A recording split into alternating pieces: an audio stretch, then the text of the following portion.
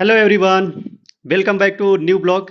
तो इस ब्लॉग में मैं बात करने वाला हूं बीएससी नर्सिंग फॉर्म के बारे में जो निगडिम से निकला हुआ है। तो यहाँ पे देख सकते हैं, सबसे पहले आपको जाना पड़ेगा निगडिम्स की ऑफिशियल वेबसाइट पे www.nigrims.gov.in पे। और यहाँ पे जाने के बाद कुछ इस तरीके का सर्विस खुल जाएगा। ये सर्विस खुलने के बाद आपको क्या करना होगा, सिंपली यहाँ पे जो सुस्वागतम हिंदी में लिखा हुआ है यहाँ पे क्लिक करना है। यहाँ पर क्लिक करते ही कुछ इस तरीके का फॉर्मेट खुलेगा और यहाँ पे आपको साफ साफ लिखा दिख रहा होगा ये वाला पॉपअप। यहाँ में आपको क्लिक करना है। यहाँ पे क्लिक करते ही ये लिंक से आपको जोड़ेगा। तो चलिए देखते हैं, मैं क्लिक करता हूँ। तो यहाँ पे क्लिक करने के बाद कुछ इस तरीके का सर्विस खुलेगा और यहाँ पे आ जाएगा एमबीबीएस। वहाँ पे न्यू पॉपअप दिखाएगा। उसके बाद फिर सेकंड नंबर पे आ जाएगा बीएससी नर्सिंग। तो बीएससी नर्सिंग वाले पॉपअप पे क्लिक करना है। यहाँ पे मैंने क्लिक कर दिया और यहाँ पे क्लिक करते ही कुछ इस तरीके का खुलेगा। ये सर्फेस में आपको ऊपर में दिख रहा होगा बीएससी नर्सिंग प्रोस्पेक्टस। तो प्रोस्पेक्टस को हम लोग अभी पढ़ेंगे। और सेकंड नंबर पे आपको दिख रहा होगा एप्लीकेशन फॉर्म बीएससी नर्सिंग। तो एप्लीकेशन फॉर्म बीएससी नर्सिंग आपको सेकंड ऑप्शन में दिखेगा और थर्ड पे आपको दिखेगा लिंक फॉर पेमेंट। तो लिंक फॉर पेमेंट पर जाने से पहले हम जो है बीएससी नर्सिंग प्रोस्पेक्टस को अच्छे से पढ़ेंगे। आपको कैसे फॉर्म फिलअप करना है और क्या डेट रहने वाली है वो सारी चीज़ें पहले देख लेते हैं। उसके बाद हम लोग एप्लीकेशन फॉर्म को मैं वो ओपन करके दिखाऊंगा। एप्लीकेशन फॉर्म में हालांकि आईडी और पासवर्ड लगेगा, तो आईडी पासवर्ड मेरे पास नहीं है। तो वहाँ पे मैं लॉगिन करके नहीं दिखा पाऊँगा, पर मैं दिखाने की कोशिश करूँगा आप लोगों को कि वहाँ पे क्लिक करने पे कैसे खुल रहा है। तो चलिए सबसे पहले बीएससी नर्सिंग प्रोस्पेक्टस का को देख लेते हैं कि उसमें क्या-क्या डेट दी हुई है, क्या-क्या इंपॉर्टेंस डेट है, कब और कब आपके एडमिट कार्ड आएँगे, कब काउंसलिंग होगी और कब तक आपको एडमिशन यहाँ पे मिल जाएगा। फ़ीस स्ट्रक्चर के बारे में भी हम लोग देखेंगे कि क्या यहाँ पे फ़ीस स्ट्रक्चर रहने वाली है, उसके बारे में थोड़ा देखेंगे। मेस के लिए कितना पैसा आपको देना होगा, वो सारी चीज़ें भी देखेंगे। यहाँ पे रैंकिंग होती है या नहीं होती है, क्या है, वो सारी चीज़ें आपको मैं बताने वाला हूँ। तो यहाँ पे आप देख सकते हैं प्रोस्पेक्टस जो है खुल चुका है। कुछ इस तरीके का दिखेगा वहाँ पे फर्स्ट ऑप्शन पे क्लिक करते ही।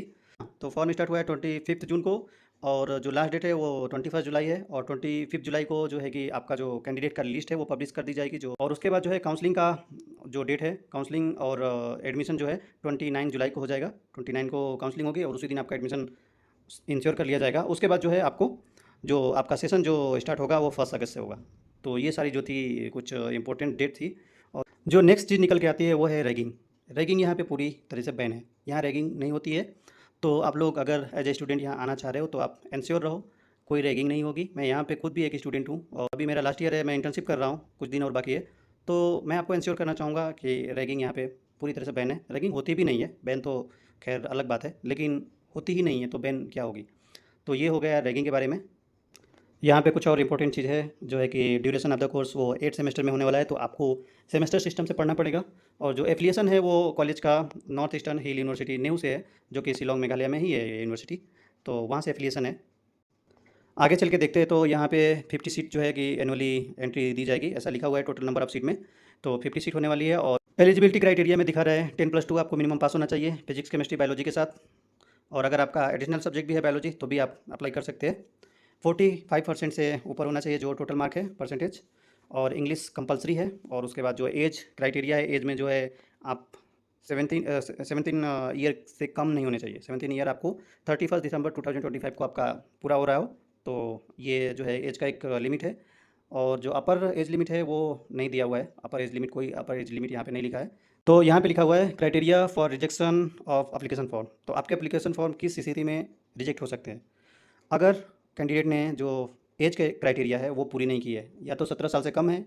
उसके बाद जो है कैंडिडेट जो है वो फेल हो जाता है। मिनिमम जो 45% मार्क है 10+2 में अगर नहीं है तो भी। और कैंडिडेट को अगर इंग्लिश 10+2 में नहीं लिया है एज ए कंपलसरी सब्जेक्ट तो भी नहीं होगा। और अगर आपने कुछ त्रुटि की है, आप के फॉर्म में कुछ मिस्टेक है, जो कुछ एरर रह जाता है, जो मिसमैच होता है काउंसलिंग के टाइम पे, तो आपका एप्लीकेशन रिजेक्ट कर दिया जाएगा। रही बात हॉस्टल के बारे में, तो हॉस्टल आपको लेना ही पड़ेगा। आपको बाहर रहने अलाउ नहीं किया जाएगा। आप बाहर में रूम नहीं ले सकते।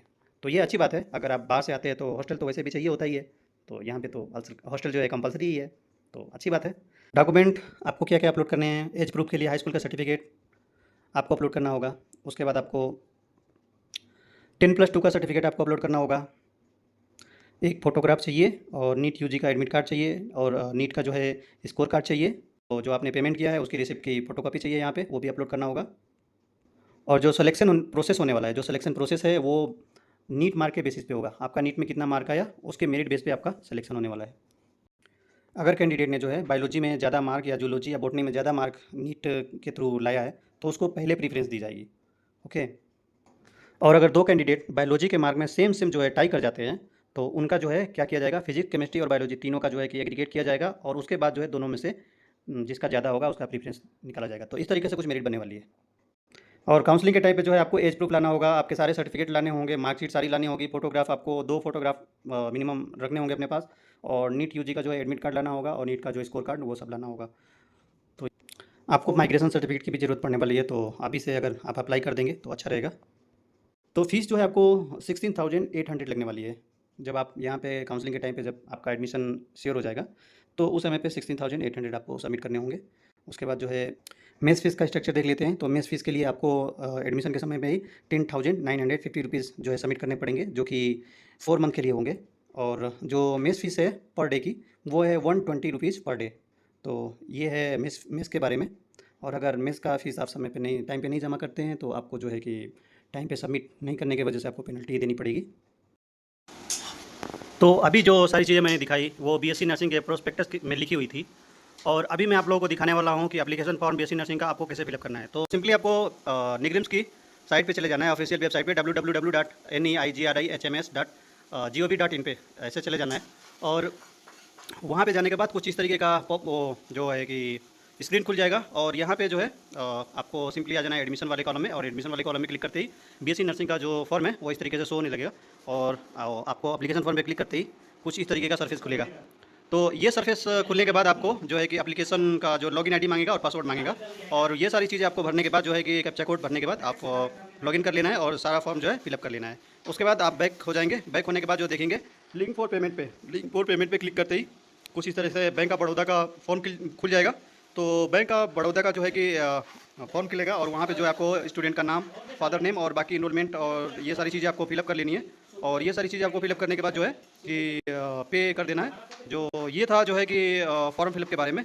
तो मेरे चैनल को सब्सक्राइब कीजिए और शेयर कीजिए अपने दोस्तों के साथ, और बने रहिए यूट्यूब पे। और किसी भी जानकारी के लिए और कुछ भी समस्या है या कुछ भी आपको सस्पेंस है तो यहाँ पे कमेंट कीजिए, मैं आप लोगों को रिप्लाई करूँगा। धन्यवाद आप लोगों को वीडियो देखने के लिए, बने रहिए यहीं पे। तो जैसे कि मैंने आप लोगों से प्रॉमिस किया था कि जब भी बीएससी नर्सिंग के फॉर्म आएंगे निग्रिम्स में, मैं एक सेपरेट वीडियो बना के डालूंगा उसके बारे में। तो बीएससी नर्सिंग के फॉर्म आ चुके हैं निग्रिम्स में, मैं उसके बारे में एक नया वीडियो बनाने वाला हूं। तो वीडियो में बने रहिए और देखिए कि फॉर्म कब आए हैं, कैसे फिलअप करना है, वो सारी चीज़ें मैं इस वीडियो में एक्सप्लेन करने वाला हूँ। तो वीडियो में बने रहिए और चलिए देखते हैं।